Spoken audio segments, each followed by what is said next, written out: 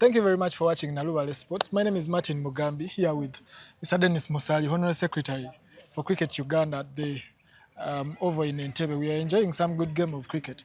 But Denis, talk to us about the tournament that we are having here, the Easter T20 Women's Tournament. The Easter T20 Women's Tournament has been a good opportunity for our Victoria Pals. They haven't played any international cricket since November last year when they played the Emerging Cup in Thailand. Okay. And we saw this as an opportunity for them to play some international cricket against a very good team. The USA are going to play the Challenge Cup in Kigali. So we requested them that on their way to Kigali, let them That's pass the thought by. process behind the tournament. Yes, that's a thought process. Usually what happens that maybe to add more context, for example, if Uganda, let's say the US are going to Kigali, so the ICC has facilitated that whole trip. And therein, you can be able to say, you know what, let me use the same air ticket, pass by Uganda and then go to Kigali and get more exposure. So that's how we were able to sort of plan for this trip and get them here. And they responded immediately and they were very excited to come here. A lot of the girls, the first time to be in Africa. Okay. So this trip wasn't about only cricket for them, but also given our weather, different weather, it also allowed them to sort of acclimatize before they can go to Kigali. Kigali and Uganda, they are not different. So we picked up on that opportunity. We made it to get the value that we wanted for both teams. We made it a non-T20I tournament that allows both teams to, express themselves as much as possible, stretch the squads. If you want to change players, so there's been a lot of flexibility just to make sure that both teams can benefit, especially the Americans who are going for a bigger tournament, which is an ICC tournament. So that was really the purpose, just for the Victoria Pals, and also give an opportunity for the Uganda A side. The players were supposed to replace those in the main team, for them to also compete at this level, have a chance, but compete internationally. There have been some new girls who have been exposed. We've seen the Victoria Pals trying out new things from the usual. So on the overall, I think it's been a very good tournament for us. Good one, but you talk about the Uganda A side, and we know that the tournament probably had to have 3 nations competing. One didn't make it, that is Nepal. People would like to know what happened. I think what happened was really something beyond our control. Until the last minute, Nepal tried very hard to get here for the series because they've been here before. They know how the level of competition that Uganda provides, and they also wanted to make sure that they can be able to get the same level of competition. But unfortunately for Nepal, they come from the other side of the world, Asia, and for them, because of the crisis that's happening globally in the Middle East, it was difficult for them to change their route plan from what had been originally planned. For the US, they could come through Europe and then direct to Uganda. But Nepal have to access the Middle East for them to get here. So there was a challenge. Beyond your control. Yeah, there was a challenge in that logistical nightmare. And they really, really wanted to be here, I'm telling you. But unfortunately, some things are, like we said, beyond our control. So there's nothing much we could do. That's why we had to slot in the Uganda A team, just to make sure that there's a lot more games for the Americans, because in total they've been able to get at least six very, very crucial games before they go for the tournament. I'll look at 2 benefits, technically, and you guys who are in administration. But first, technically, for all the girls, the Ugandan sides and the USA teams, first, have you had, because you said normally this is beyond cricket, competition goes beyond cricket, or the importance of the tournament, but when we go back to cricket itself, have they given you the competition that you really needed, or the preparation for the Yeah, Victoria certainly. Pals? The first game the Victoria Pals played, I think they won by just the 1 run. So that shows you that there's a good level of competition. But also the US are ranked 24th in the world. We are 17th. So there's not a big gap between us and them. And they've come here and they put on a very good show. So they've given us good competition. They've got good exposure for the A team. They've been able to beat up on the A team in the games they've played. But they've also pushed the Victoria Pals. It hasn't been very easy. There's been some very good bowlers that the Victoria Pals are not used to in our setup. And I think they've given them very good experience. So technically, yes. Administratively, very, very much. I think what we've been able to do now is to start a relationship with the American embassy that we never had. America, as they celebrate 250 years of independence, I saw the visit that you had. Yeah, they've been very, very big on sports diplomacy, and this visit by the USA team has given us an opportunity of starting that relationship. Okay. It opens up doors for our athletes in terms of opportunities. And those are the collaborations you need where we are right now for us to go to the next level. So administratively, as yes, so we're able to kill one bird with two stones. Yeah, sure. Thank you very much for that. And after this, I'm sure the Victoria Pearls have upcoming tournaments. Yeah. I believe one of them is the Kwibuka. Is the team going, and what should we expect from Yeah, them? the Kwibuka is really, Uganda was one of the teams that started the Kwibuka way back, I think 14 or 15 years ago. And it's grown in leaps and bounds over the years. And it's a proud, it's a tournament we've been proud to associate with. And the plan has always been that every year we're able to feature the Kwibuka. But this year there have been conflicting events, and I think the girls at that time of the year will be preparing to go to Namibia for the annual Capricorn series, because the Capricorn is an arrangement between Cricket Uganda and Cricket Namibia, and because of resources, it's been difficult for us to miss out on the Kwibuka for this year and try and prioritize the team going to the Capricorn series. So not that we are proud of it, but I mean, it's just difficult choices.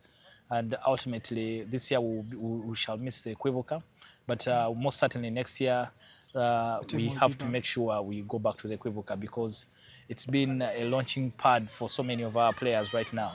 And it's important that we maintain that relationship and continue to be associated with the Kwibuka. Yeah, and lastly, however much the years, we're almost done with the first quarter, but I'm sure the sporting year is almost just starting. What should we expect from the Victoria Pearls this year? What's lined up for them? Do we expect more of this? You've talked about the Capricorn series and more. Yeah, we still have an opportunity of hosting a Victoria series for them. We were supposed to do the Women's Day Cup and didn't have an opportunity because, again, a lot of the teams were engaged elsewhere that we wanted to have in the tournament. But we should have the Victoria series later in the year. We have we need to our annual Pearl of Africa series for the men. We need to do it. We are still in talks with a couple of other teams to make sure that the men have a more competitive year than the women. So there are a lot more activities for the men than for the women. The women, I think, their only major competition this year is the Emerging Cup later in the year, somewhere not yet confirmed. Okay. But the men have a more hectic schedule. I think they'll go to Tanzania in August, then they'll go to Nigeria in October. So they have a more hectic schedule, and the activities that are coming up next are sort of towards supporting them in that cause. But there's still a lot of, we still want to host a lot more international cricket in Uganda, because we see how much it does, one, not just for the fans, but our sponsors as well. They're able to get the exposure and the value that we can be able to give them from hosting a local event, and also growing our fan base locally. The more people get to see the national team, the more they get used to it. It's easier to get attached to. Get attached to the players rather than when they are playing away from home. Yeah. Okay. Thank you very much, Denis. Always a pleasure. Hope we pick just positives from this tournament, but also look at the negatives as one. No. I think they've been good lessons, and sometimes I don't like winning. I prefer losing because you learn more. So you see where to improve. Yeah, you learn a lot more from losing. But I think they've been very good lessons for the technical team. I think the team is in a different place from where they were when they played in Thailand. And hopefully that we can be able to see them improve later on when they play at the Emerging Cup. All right. Thank you very much. Always a pleasure. Thanks for following Nnalubaale Sports here with Masaba and Masaba, former captain, cricket Cranes, but now the coach at Victoria Pearls. That's our national women's side in cricket, and coach for this tournament, the Easter Women's T20 tournament. First of all, heading into it, I'm sure it is a preparational tournament, but what were some of the things that you wanted to work on? This tournament, mainly we were just trying to get some game time for both our setups. That's the Victoria Pearls as well as the A-side. A lot of those A-side girls have not had a taste of international cricket, and we had identified a gap in our setup. We didn't have enough depth in terms of numbers. Okay. So we're just trying to widen the pool, give as many players a chance as possible, and hopefully we can identify some that we can fit into the Victoria Pearls setup.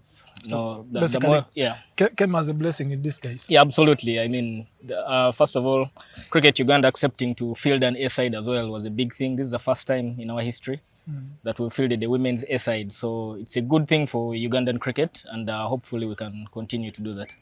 All right, and since you've had a huge pool of girls to look for or to look at while playing, who are some of those that you can pull out that have greatly improved their game? Yeah, from during their this side, tournament? there's a couple of names. I think all the slow bowlers did really well. The fielding and bowling was particularly good. Lona Anyait, Michelle Ariago, Tino Sara, they all impressed with their bowling. The batting was not as good as we had hoped, but we understand where they're coming from. We've not had a lot of time with them. A lot of them are in school, so we don't spend much time with them. So it's an area we need to put extra effort in. Uh, we need to make sure that we're producing batters that can play for the Victoria Pearls, and hopefully we can continue to widen that base. So it's definitely an area of focus that we've identified. But the fielding and bowling was very encouraging, and there are a couple of them that can fit immediately into the Victoria Pearls setup. Are those your key highlights or takeaways from the tournament? Yeah, that was one of them. But the other main one, of course, our focus being the emerging tournament later this year. So this is the first competitive tournament we played this year. So it was giving us a baseline, you know, identifying again the areas we need to continue working on. But more importantly, to give the players continuous game time. You Been a know, while since they last yeah, played in Thailand. absolutely, yeah. So no amount of practice can replace game time. So those competitive games are very good for them. Obviously, again, we keep identifying areas that we need to focus on. You know, our running between the wickets in the middle overs, for example, our ability to rotate the strike when the field opens up. You know, and our finishing at the back end of the innings. So even for us coaches, it's a good thing because again, it gives us a baseline, gives us something we can plan around and focus on as we, you know, continue to work towards that emerging tournament. Yeah, just had a conversation with Denis on the administrative side, but you as coaches, this year, what are you looking forward to? Yeah, again, main focus, emerging tournament, because we are still trying to narrow that gap between us and the next ODI team, which is Zimbabwe, who are ranked slightly higher than us. And the only way we can do that is to, you know, beat the teams that are ranked higher than us. So our preparation is all focused towards that because the ultimate goal is one-day international status. Yeah. So in the next 1.5 years, that is all our focus on the Victoria Pearl side. But even as we do that, we need to continue, you know, building our base, continue making sure the pipeline is working and giving us options as we move forward. All right. Thank you very much. Now with the women's representative at Cricket Uganda, Lelia Namaganda. Good to have you, miss. Thank you. And what are some of your highs from the tournament? My highs, me as a person in management, has been having a second team that has managed to put up some good displays, especially their bowling. Of course, we have some areas to work on, but we will get there. And then also managing to get a team to come to Africa for the first time, USA, and they are not bad. It has been good competition, great games for them, and we also root for them in their upcoming tournament. Those two have mainly been my highs. Any challenges you sign up? Weather, but that's beyond us. Beyond so your control. we can't do much, but other than that, I think we have been okay. Talk about the weather. How much of an impact has it had?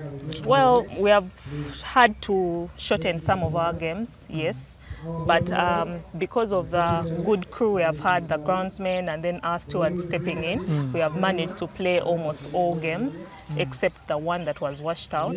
But majority have been able to. We have been able to get the game time. Yeah, and then finally, it's also good that we have two sides now, a bigger pool that you're looking at. But what's your assessment from the development of girls' cricket in the country? First things first, I think bowling has never really been our problem. So we are going to concentrate more on the batting. So we want to get more batters in the system, and there's a lot of work to be done. But when you look at Uganda A, we have had them for like 2 months so far with the women's main team. So I think we still have some time to work with them, and we'll be able to do that going forward. All right, thank you very much. Thank you.